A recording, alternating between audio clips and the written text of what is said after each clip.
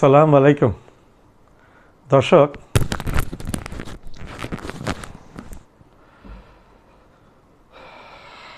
বীর পুরুষ Donald Trump, America, Israel, ইহুদি, বিশাল বীর আল্লাহর দুনিয়াতে অহংকার করে।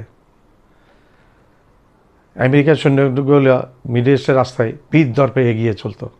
আজকে কাপুরুষের মতো রাত্রের অন্ধকারে তাদের প্লেনগুলো নিয়ে, তাদের ফাইটার প্লেন, এমনি প্লেন, সব কিছু রসদ টসদ নিয়ে দুইটা বড় সামরিক ঘাঁটি থেকে পলায়ন করছে রাতের অন্ধকারে কাপুরুষের মতো।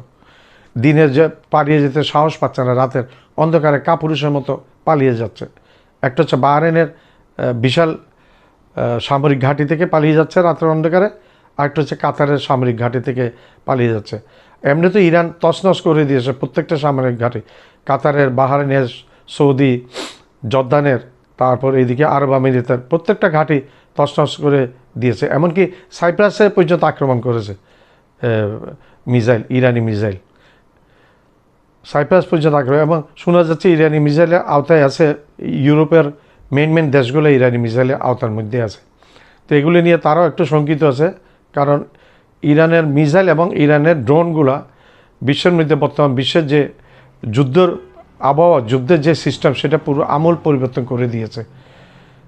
আগের মতো সেই ট্র্যাডিশনাল ওয়ার মানুষ দিয়ে সেই ওয়ার এখন আর হচ্ছে না। এখন হচ্ছে টেকনোলজি এবং বুদ্ধিমত্তার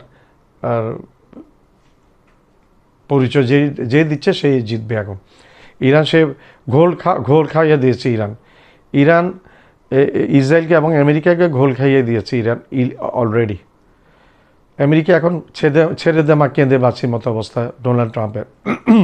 আমরা ডোনাল্ড ট্রাম্পের সাংবাদিক সম্মেলন দেখেছি, মুখটা তার ফ্যাকাশে হয়ে গেছে, যেমন তার রক্তের মধ্যে হিমোগ্লোবিন নাই এরকম হয়ে গেছে তাকে। এগুলা আল্লাহ দেখাচ্ছে আমাদেরকে। আল্লাহ, একটা কথা আছে, আল্লাহ অহংকারীকে পছন্দ করে না। আমেরিকার পতন, ইসরায়েলের পতন টুডে টুমরো হবে সম্ভবত। এই যুদ্ধের মধ্যে ইসরায়েল যে ক্ষতিগ্রস্ত হয়ে গেছে, এবং আরও কিছুদিন চললে ইরান কিন্তু সহজে কিন্তু মাথা নত করবে। ইরান মাথা নত করবেই না। ইরান মরে যাবে কিন্তু মাথা নত করবে না, এটা বুঝে ফেলেছে। যতই কিছু করো ইরানকে মাথা নত করাতে পারবে না। এটা মাথা ব্যথার কারণ হয়ে গেছে ইসরায়েল এবং আমেরিকার জন্য। কারণ তারা 8-10 দিনের মতো তাদের রসদ আছে, যে ইন্টারসেপ্টার যেগুলি আছে এগুলো 8-10 দিন চলার মতো আছে। আর ইরান বলছে আমরা এখন যেভাবে চালাচ্ছি, যেভাবে মারছি, আগামী 6 বছর আমরা এই একই গতিতে মারতে পারবো। এগুলো শুনে গুম হারাম ডোনাল্ড ট্রাম্পের। এখন চিন্তা করছে কেন যে এই ইরানকে আক্রমণ করতে গেলাম। ইরানকে আক্রমণ করতে গিয়ে তো আজকে আমাদের চরম বিপদ।